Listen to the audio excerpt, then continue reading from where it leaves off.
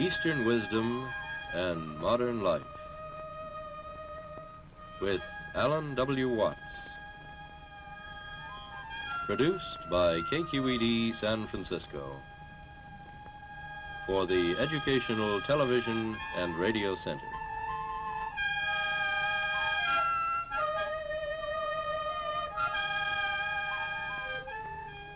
Alan Watts is a scholar, lecturer, and the author of many widely read books on comparative philosophy and religion.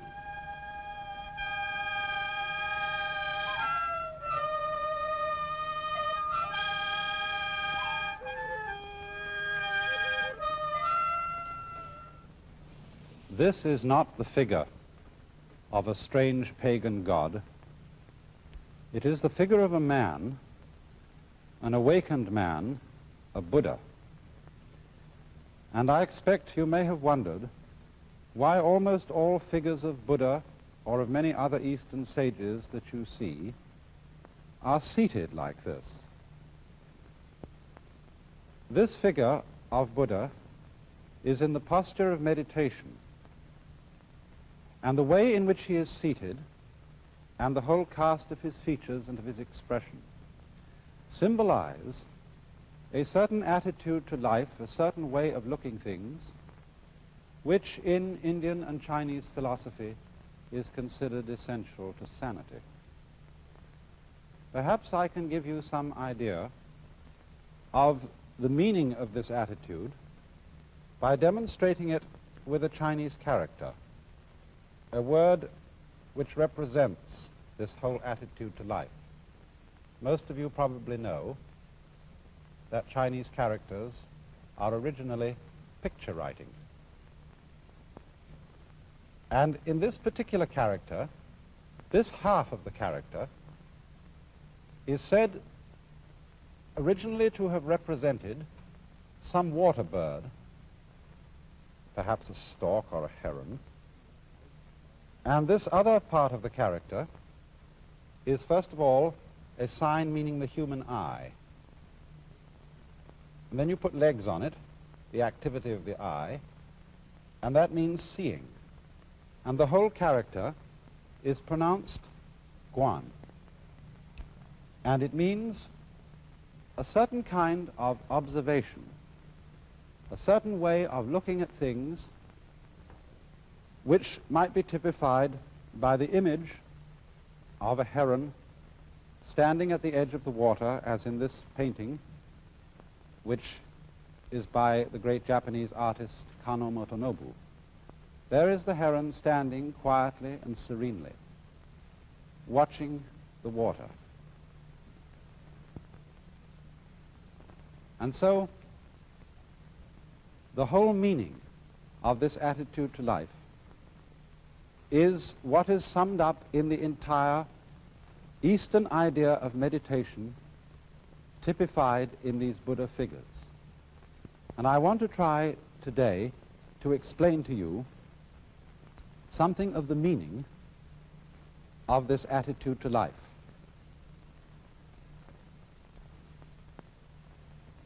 For fundamentally, meditation is not so much an exercise as it is a certain way of using one's mind or one's consciousness. Because normally, most human beings, when they use their eyes or their ears, are constantly and chronically straining to see and to hear. And when you come to think of it, that's very odd, because our eyes don't work by effort. They don't have to go out and get the light. The light comes to them. And in the same way, sound comes to our ears, and even the sense of touch comes to our fingertips.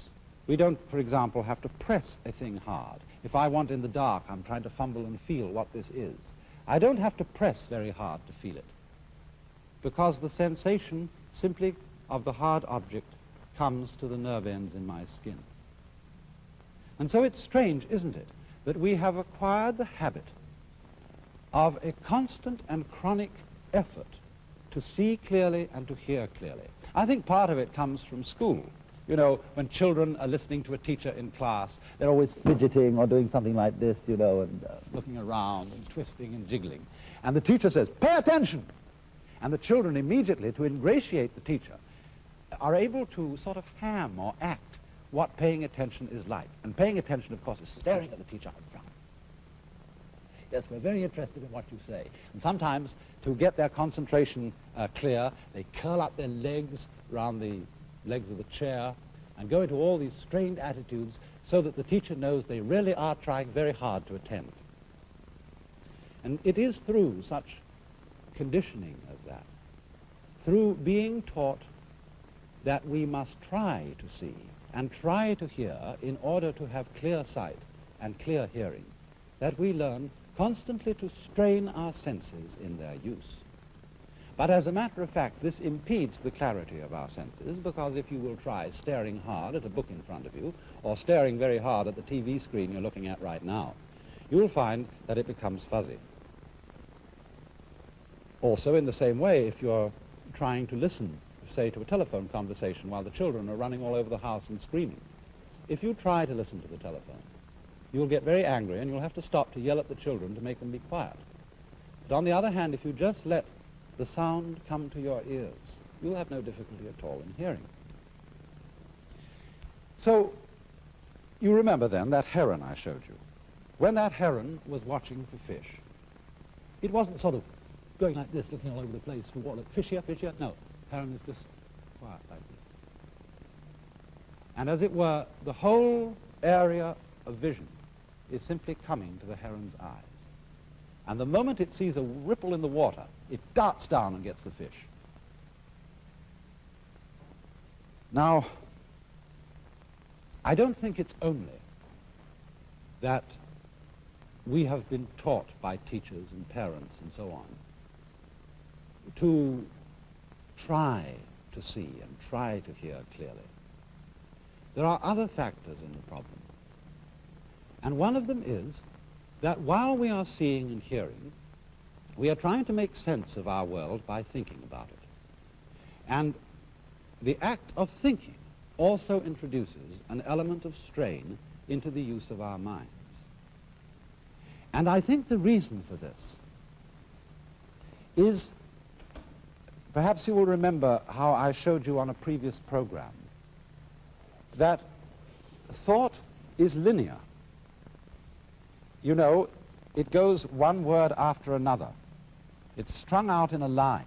We think thought, thought, thought, thought, thought in a line like this, one after another. Whereas when we see to what is going on entirely. We take in a volume when we see. We take in a great area. Nature is a volume rather than something strung out in a line. But when we think, we get one thought after another, and so the process of thought is much slower than the process of seeing and using our consciousness or our mind as a whole. And this then requires a certain effort to make thought keep up with what we are seeing or what we are hearing. Also, you see, thought works by abstraction. What do I mean by abstraction? Well, a lot of Chinese characters are abstractions. If we take, for example, the Chinese character for man, it is written this way. Now, that was originally the head and legs of a human figure, something, you know, like this. When we draw an abstract figure of a man, everybody knows that's a man. But as a matter of fact, it cuts out a great deal of man. This figure cuts out all the details and gives us a simple image which we can grasp all at once. And we have to do that in order to think, so that we can use a series of very simple images or grasps of the world, and these are abstractions. And it is fundamentally in terms of abstractions that we think. Now, thought, as I said, is slower because it goes in a line, thought after thought. And also thought is abstract. That is to say, it lacks the full living quality of real life, just as this figure here is just a sort of skeleton, ball on top of sticks, and therefore it lacks the vitality, the aliveness of a real man. Now, the more we tend to live in a world of thought, the more we tend to live in an abstract world that is removed from and has a gap between it and the real world of nature. And as a result of this, we tend to live in a world that is in some ways unsatisfying, lacking in vitality and life. And also, people tend to think all the time. This becomes, for every civilized community, every civilized person, a sort of habit, which is like constantly talking to yourself. Now, of course, when you meet me here on the TV screen, I'm always talking, or almost always. But I assure you, I'm not always talking. I'm often silent, because after all, we have to be silent some of the time, don't we, in order to hear what other people have to say, and therefore to have something to talk about. In just the same way, our minds have to be silent some of the time if we are really to have anything to think about except thoughts. You know, there is a popular proverb which says that talking to yourself is the first sign of madness. And there's some truth in this, because constant thinking, as distinct from simply experiencing through our senses, constant thinking about our experiences, coding our experiences into words, into signs, into the symbols of thought, is a buzz that goes on day in and day out inside our heads, except when we're sleeping. And as a result of that, we begin to live in a world increasingly divorced from reality. And that is why in those Oriental cultures in India and China and Japan, it has always been considered important for everybody to spend some of his time, by no means all of his time, but some of it, not thinking, but simply in the attitude which was represented by that Chinese character which I drew at the beginning, pronounced guan, or quiet observation. Remember this point, it's important. This is not saying that thinking is a disturbance, is a thing that human beings shouldn't do. On the contrary, it's a highly important acquisition of man. But thinking is of no real value to us unless we also can practice non-thinking, unless we can have our minds silent and make immediate contact with the real world as distinct from the world of pure abstraction. And so this leads to a very common practice in Asia, among Hindus, among Buddhists, among Taoists, called meditation. And I want to try and show you something about it. By sitting in the posture of meditation, which is commonly used, and is done approximately like this. One sits upon a firm cushion.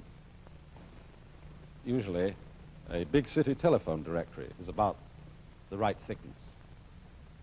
And ordinarily, among Oriental peoples, they sit in what is called lotus posture, or half lotus posture, as I'm sitting now, which means that the right foot is lifted up onto the left thigh. You will find, of course, that that's an extraordinarily uncomfortable position if you're not used to it. But one of the reasons for sitting that way is that it locks your legs together so that you don't easily fall over if you should go to sleep. And also that this position gives you a sense of being very, very firmly rooted to the ground. And then the hands are laid like this. And one then turns attention to letting oneself breathe. You don't do a breathing exercises, taking deep inhalations and exhalations. You simply let your breath come as it wants to, but you, if anything, let the out-breath, you know, the breath that goes with a sigh of relief, you let that be the emphasized breath rather than the in-breath. You don't close your eyes. You usually drop them a little on the floor in front of you, because the object is not to cut out all the things that you might be experiencing through your eyes and through your ears, through your nose and your nerve ends on the skin. The object is simply to let one's mind alone, to experience, but not to try to catch hold of one's experience in thoughts. Simply to think. No, I wouldn't say think. That's a word we use very ambiguously. When I use the word think, I mean talk to yourself, or bring a lot of images before your mind which have nothing to do with what's right in front of you. So the function of this exercise, this posture, is to let the whole world come to you without interfering with it in any way, just sitting like that. You may say, oh, that's a great waste of time. There are all sorts of interesting things in life to do. Why just spend some hours sitting? And the reason, though, as I tried to explain, is that it is through this that one comes to have a contact no longer with a world of abstractions, no longer with a world of thought, but with the world that actually is. Now, as you do this, you begin to notice a rather curious change in your general feeling of life. You notice that there ceases to be what I would call an interruption or an interval between your experience and yourself. You see, in our ordinary way of using our minds, the chronic sense of strain, the chronic attempt to think about and make sense of what we are feeling, is what we call our ego. If you say, I experience my own existence, I am aware constantly of a knower behind and receiving all that is known, then you get this chronic sensation of there being an I, a self, who has all these experiences, and that I or self is what we call the ego. And this chronic sense of strain is our, you might call it our psychological blocking against our experience. The thing that seems to divide us from an external world, from the whole universe. But when in this way the interval begins to diminish, we begin to experience our world as ourselves. There is no interval, there is no interruption between the knower and the known. Just as when we are completely absorbed listening to music or dancing to music, we are not aware of our separation from it. We go right with it.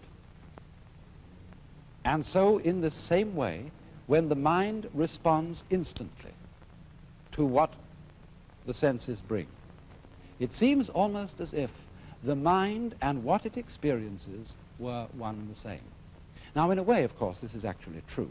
We can understand this theoretically, but we don't ordinarily really feel it. For example, you know the old saying, if a tree falls in a forest with nobody listening to it, will there be any noise? Perhaps you know the limericks in which this problem is posed. There was a young man who said, God, I find it exceedingly odd that a tree, as a tree, simply ceases to be when there's no one around in the quad. And the answer was, young man, your astonishment's odd. I'm always around in the quad, so the tree, as a tree, never ceases to be since observed by yours faithfully, God. But this is a great philosophical puzzle for the Western world. Does what we know depend on there being a knower? Now, in a way, obviously, it does. Because when a tree falls in the forest, it certainly makes vibrations in the air. But those vibrations in the air do not become noise unless they vibrate an eardrum. So in the same way, the light from the sun does not become light unless it falls on an eye. an eyeball. And two, we could say the external world is full of hard things. But nothing is hard except in relation to the soft surface of the human skin. Nothing is heavy except in relation to human muscles. So if there is not a human organism, the world does not appear to us at all as having any of the characteristics which we attach to an external world. In other words, we could say, the sun is light, but only because of eyes. Rocks are hard, but only because of soft fingers. Falling rocks are noisy, but only because of sensitive human ears. We cannot form any idea at all of what the world would be like without an observing mind. Even such things as duration, the span of time, depend upon the human mind to appreciate them. Space depends on a human mind to observe the world from a particular position and so know that there are things which are distant from it. Without this mind, there could not be any world that we could think about or conceive or imagine in any way whatsoever. And so this shows in a very clear way that our mind and the external world go together. They are inseparable differences. You remember in a recent program how I tried to illustrate the idea of inseparable differences by taking a coin or an object here like a cigar, which has two distinct ends, but you cannot separate those ends. This is very important. It's worth repeating because it's quite fundamental. If I would want to take one of these ends off and break the thing and throw it away, it would still have another end. There would still be two ends there. I could never get rid of the situation of it having two ends. So you see that although the two ends are different, there is just one object. And so in the same way, although there is a difference in a way between the knower and the known, between man and the world, nevertheless, these two go together, and they are fundamentally inseparable. And therefore, when our consciousness is responding instantly, without any interval or interruption, without any, shall we say, stopping to think about it, then we have a situation in which we are actually realizing, we are actually feeling the true physical relationship which exists between man and his environment. And this we could call the experience of oneness or unity with the universe, which is the function of meditation. Now,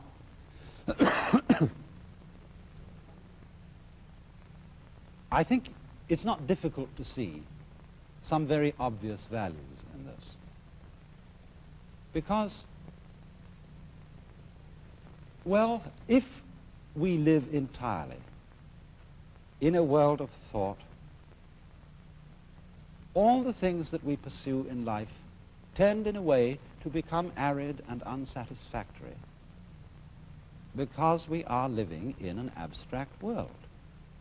In other words, nobody in his senses is going to eat a menu instead of dinner. Nobody in his senses is going to try and get a satisfactory diet off dollar bills. And yet, you see, dollar bills and menus stand in the same relation, on the one hand to wealth, on the other hand to dinner, the same relation in which thought stands to reality. They represent it. They symbolize reality, but they are in no sense substitutions for it. Yes, you can do a great deal of things if you have a lot of dollar bills, but unless you exchange those dollar bills into real concrete worth, they are of no value to you. And so in the same way, if we try to live in the world of pure thought, we begin to feel a strange, unsatisfactory quality to the world. And this living in pure thought is not something that is only done by, professors and intellectuals and thinking people. Perfectly ordinary people often live in the world of pure thought. As, for example, when we pursue certain goals in life, when we say, I want to be successful, I want to be happy, these are really abstractions. Because supposing you become enormously wealthy and you're able to afford 3 cars and 6 houses, you can't drive in 3 cars at once. You can't live in 6 houses at once. You have a symbol, which we call prestige, of your status. But that is an abstract symbol. You can't eat prestige. You can't eat success. And so, to overcome that kind of beguilement by the fantasies of thought, not thinking is an important adjunct to thought. To be able, every so often, to cease the hubbub going on inside one's head and to let talking to oneself stop and come to stillness.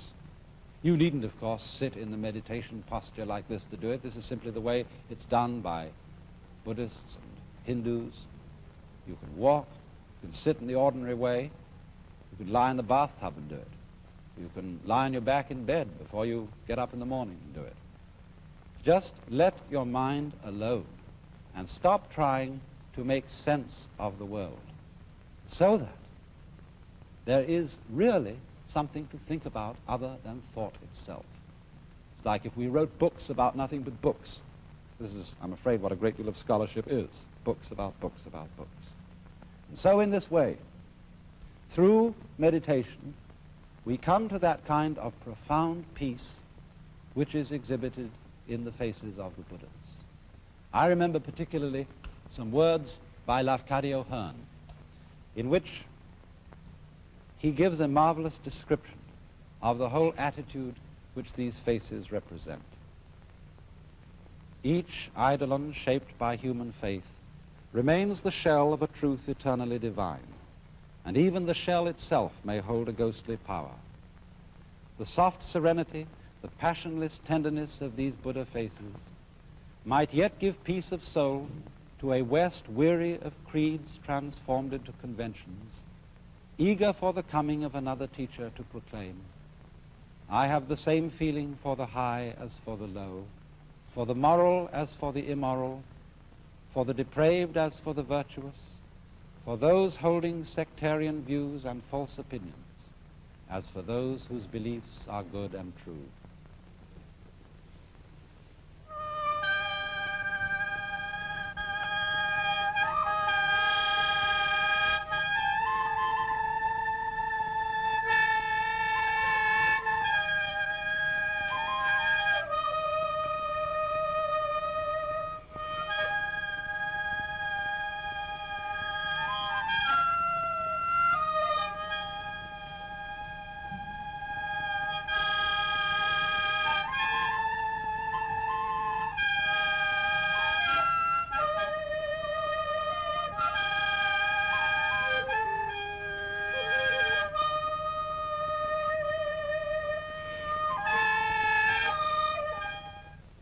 This is National Educational Television.